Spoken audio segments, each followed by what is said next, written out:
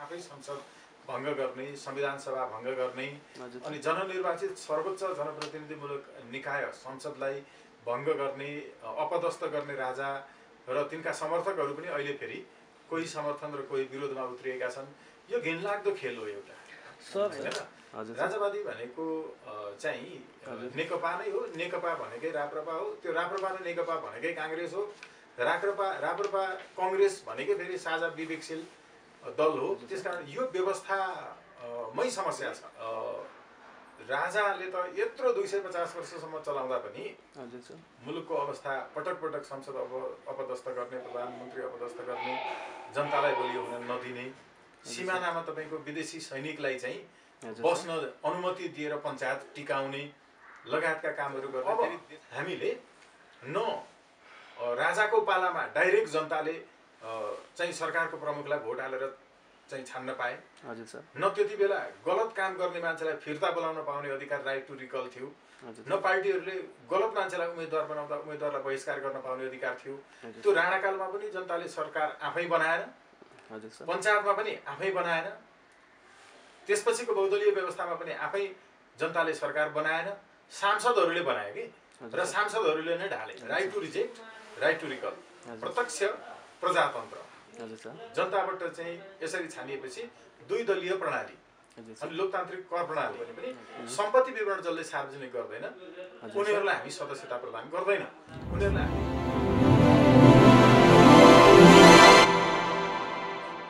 जागरण online TV हेरेर बस्नुभएका दर्शकहरू, आज हामी समसामयिक विषयमा केन्द्रित रहेर बहस गर्नेछौँ। आज हामीसँग स्वतन्त्र राष्ट्रिय अभियानका संयोजक तथा अधिवक्ता स्वागत नेपाल सर।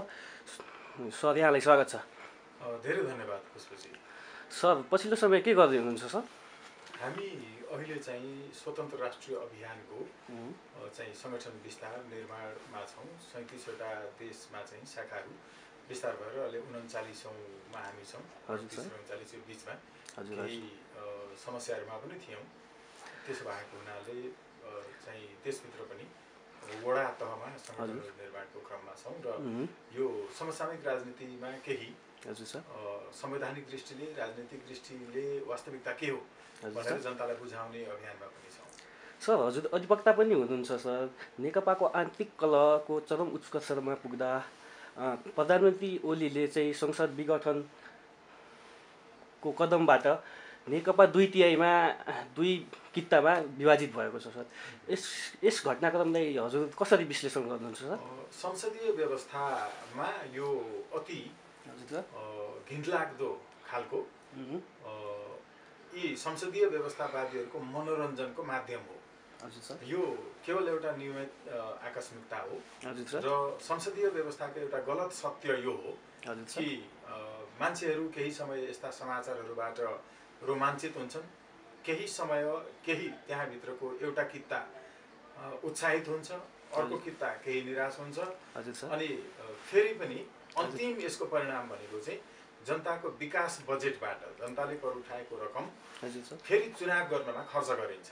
त्यो भएको हुनाले यो संसदीय व्यवस्थाको एउटा विकृत पक्ष हो र मूल रूपमा चाहिँ संसदीय व्यवस्था जसले मानेका छन्, संसदीय व्यवस्थावादीहरू हुन्, उनीहरूले यसको विरोध पनि गरेको देखिन्छ।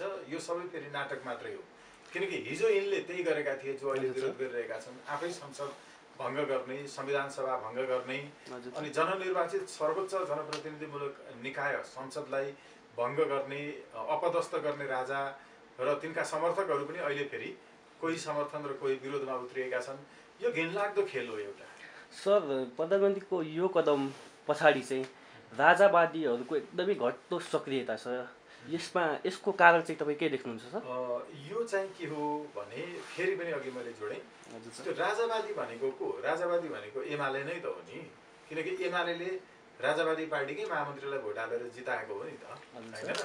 राजावादी भनेको चाहिँ नेकपा नै हो, नेकपा भनेकै राप्रपा हो, त्यो राप्रपा र नेकपा भनेकै काङ्ग्रेस हो, राप्रपा काङ्ग्रेस भनेकै फेरि साझा विवेकशील दल हो, किनभने उनीहरूले नै राष्ट्रिय सभामा काङ्ग्रेसलाई भोट हालेर जिताएका हुन्, राधेश्याम अधिकारी दाइलाई, हैन? अनि यता राजेन्द्र महतो भनेकै फेरि नेकपा हो। अस्ति भर्खरै तपाईँको प्रचण्डले रुखमा भोट हालेको अनि देउवाले हँस्या हदौडामा भोट हालेको हो, कङ्ग्रेसले महन्त ठाकुरलाई जिताएको हो, होइन र? त्यो भएको हुनाले यी सबै एउटै हुन्। यो वादी इत्यादि के होइन, जम्मामा यिनीहरू संसदीय व्यवस्थावादीहरू हुन् जो मुलुकका लागि हितकर छैन। जतिसुकै तपाईँ देशैभरिका सबै मान्छेले एउटै पार्टीलाई भोट हालिदिए भने पनि यो व्यवस्थामा चाहिँ तिनीहरू पार्टीको किचोलका कारण फेरि संसद विघटन गर्छन्, फेरि जनताको करतिरको रकमबाट बनेको विकास बजेटलाई चुनाव गर्नमा खर्च गर्छन्, चुनावमा भएको खर्च फेरि असुल उपर गर्छन् जितेर, अनि अर्को चुनाव गर्नका लागि फेरि पैसा बटुल्छन्। त्यसकारण यो व्यवस्थामै समस्या छ, हामीले यसरी बुझ्नुपर्छ। यतिखेर नेपाली जनता तेस्रो विकल्पको खोजीमा छन् सर। कसैले राजावादीहरू अबको विकल्प हो भन्छन् भने कसैले सैनिक शासन हो भन्छन् सर। हजुरको विचारमा अबको तेस्रो विकल्प चाहिँ को हुनसक्छ सर? एकचोटि नुहाएको पानीले फेरि नुहाएर सफा हुन सकिँदैन। हजुर सर। राजावादी भनौँ, राजा भनौँ, व्यक्तिगत रूपमा केही पनि छैन है। व्यक्तिगत रूपमा चाहिँ एकजना असल कवि होइन, असल मन भएको मान्छे, राम्रो विचारका कविताहरू गीतहरू लेख्ने मान्छे, व्यक्तिगत रूपमा त एकदम सम्मान छ होइन। यी अरू नेताहरू पनि जस्तो केपी ओली पनि त आफैमा तपाईँको कसैलाई दिनु छैन, अंशबन्डा गर्नु छैन, छोराछोरीका लागि चाहिँ बटुली दिउँ भन्नु छैन, तर पनि भ्रष्टहरूलाई मात्रै संरक्षण गर्ने, छानी छानी भ्रष्टहरूलाई मात्रै नियुक्त गर्ने सबै त्यस्तै मान्छे। तपाईँ आयल निगमदेखि लिएर आयो अख्तियारसम्म हो। यो सबैको कारण चाहिँ के हो त भन्दाखेरि यो संसदीय व्यवस्था हो। त्यसले गर्दाखेरि राजाले त यत्रो 250 वर्षसम्म चलाउँदा पनि मुलुकको अवस्था पटक पटक संसद अपदस्थ गर्ने, प्रधानमन्त्री अपदस्थ गर्ने, जनतालाई बलियो हुन नदिने, सिमानामा तपाईँको विदेशी सैनिकलाई चाहिँ बस्न अनुमति दिएर पञ्चायत टिकाउने लगायतका कामहरू गर्दै फेरि देशै बेचेर खाने, नागरिकता विधेयक तपाईँको चाहिँ विदेशीहरूको हितमा ल्याउने यी चाहिँ गणतन्त्रवादी भन्ने नेताहरू फेरि यो छ। न गणतन्त्र, न यी दलहरू, न वंशवादी राजतन्त्रवादी। यो सबैभन्दा मुख्य कुरा चाहिँ के हो भने राजा भएकै बेलामा पनि कहिले कीर्तिनिधि, कहिले लोकेन्द्र, कहिले सूर्यबहादुर, कहिले कसलाई प्रधानमन्त्री बनाउन, कहिले ऐश्वर्यालाई चाहिएको खालको प्रधानमन्त्री बनाउन संसदमा तपाईँको चाहिँ अविश्वासको प्रस्ताव ल्याएर संसद चाहिँ तपाईँको एक खालले हङ बनाएर छोडिदिने यो खालको स्थिति त्यो बेला पनि थियो। त्यसैले अब हामीले न राजाको पालामा डाइरेक्ट जनताले चाहिँ सरकारको प्रमुखलाई भोट हालेर चाहिँ छान्न पाए, न त्यति बेला गलत काम गर्ने मान्छेलाई फिर्ता बोलाउन पाउने अधिकार, राइट टु रिकल थियो, न पार्टीहरूले गलत मान्छेलाई उम्मेदवार बनाउँदा उम्मेदवारलाई बहिष्कार गर्न पाउने अधिकार थियो। त्यो राणाकालमा पनि जनताले सरकार आफै बनाएन, पञ्चायतमा पनि आफै बनाएन, त्यसपछिको बहुदलीय व्यवस्थामा पनि आफै जनताले सरकार बनाएन, सांसदहरूले बनाए कि, र सांसदहरूले नै ढाले। अहिले पनि सांसदले मात्रै सरकार बनाउने, सांसदले मात्रै ढाल्ने, सांसद चाहिँ विदेशीबाट चल्ने हो। यो विदेशीबाट नचल्ने, डाइरेक्ट देशैभरिका जनताले एकैचोटि भोट हालेर जसलाई 51% दिन्छ हो, त्यो 51% प्राप्त गर्नेले सरकार बनाउने र 49% वालाहरू प्रतिपक्षमा रहने दुई दलीय प्रणाली हो। यो प्रणाली भनेको न राजावादी हो, न यी दलवादी गणतन्त्रवादी हो। यो दुइटै भन्दा फरक।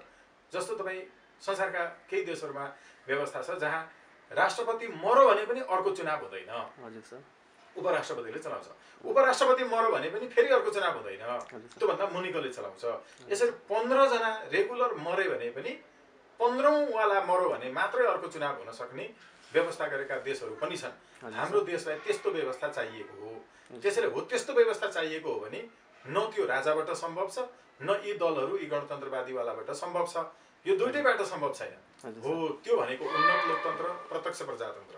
त्यसको लागि हामीले आजभन्दा 10 वर्ष अगाडि सम्मानित सर्वोच्च अदालतमा रिट दायर गरेर राइट टु रिजेक्ट, गलत उम्मेदवारलाई बहिष्कार गर्न पाउने अधिकार, चुनाव जितेर गएपछि गलत काम गर्यो वा भनेको काम गरेन भने फिर्ता बोलाउन पाउने राइट टु रिकल, यसको आधार सिर्जना गरेर निर्देशनात्मक आदेश पनि जारी भएको छ सर्वोच्चबाट। कानुन बनाऊ भनेको छ, तर यिनले कानुन बनाएनन्। त्यसैले यो व्यवस्था नै उन्नत लोकतन्त्र हो, प्रत्यक्ष प्रजातन्त्र हो।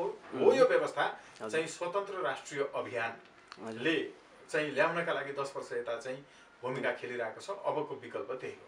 त्यसो भए अबको विकल्प तपाईँहरू नै हो सर? अबको विकल्प हामी नै हो र यो विचार हो। जस्तो स्वागत नेपाल होइन है, अबको विकल्प अर्को कोही पुष्प मिजार होइन है। अबको विकल्प भनेको यो उन्नत लोकतन्त्र हो।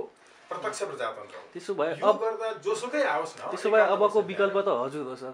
तपाईँहरूले जनतालाई पत्याउने आधार चाहिँ के हो सर?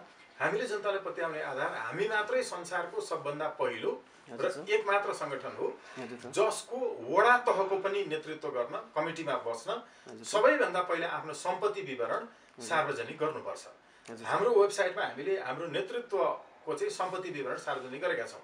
अब सम्पत्ति विवरण मात्रै सार्वजनिक गरेर हुँदैन, अरूले भ्रष्टाचार गरे, स्रोत नखोलेको सम्पत्ति राखे भनेर विरोध मात्रै गर्ने होइन नि। विरोध गर्न त जसले पनि सक्छ, हामी विरोध मात्रै गर्दैनौँ, विकल्प दिन्छौँ। त्यसैले जनताका लागि चाहिँ अहिले ग्यारेन्टी चाहिएको छ। हो त्यो ग्यारेन्टी केवल हामीले मात्रै दिएका छौँ। त्यो किन दिएका छौँ भने सबैभन्दा पहिला हाम्रो सम्पत्ति कति छ हामी देखाउँछौँ, अनि मात्रै हामी गलत ढङ्गले सम्पत्ति कमाउनेको सम्पत्ति राष्ट्रियकरण गर्नुपर्छ। त्यसो गऱ्यो भने 10 वर्षको बजेट बन्न सक्छ भनेर हामी क्रिएटिभ इन्टरभेन्सन, एउटा चाहिँ सृजनशील कानुनी हस्तक्षेप गर्छौँ। यो हामीले जो काम गर्दै आएका छौँ यसका लागि हामी सबैले सम्पत्ति विवरण सार्वजनिक गरेकोले अब त्यसको स्रोत खोजी गर्ने चाहिँ हाम्रो सम्पत्ति स्रोत नखोलेको सम्पत्ति राष्ट्रियकरण गर्ने नागरिक आयोगको अध्यक्ष हाम्रो अहिले पनि दिनेश सत्यालजी हुनुहुन्छ।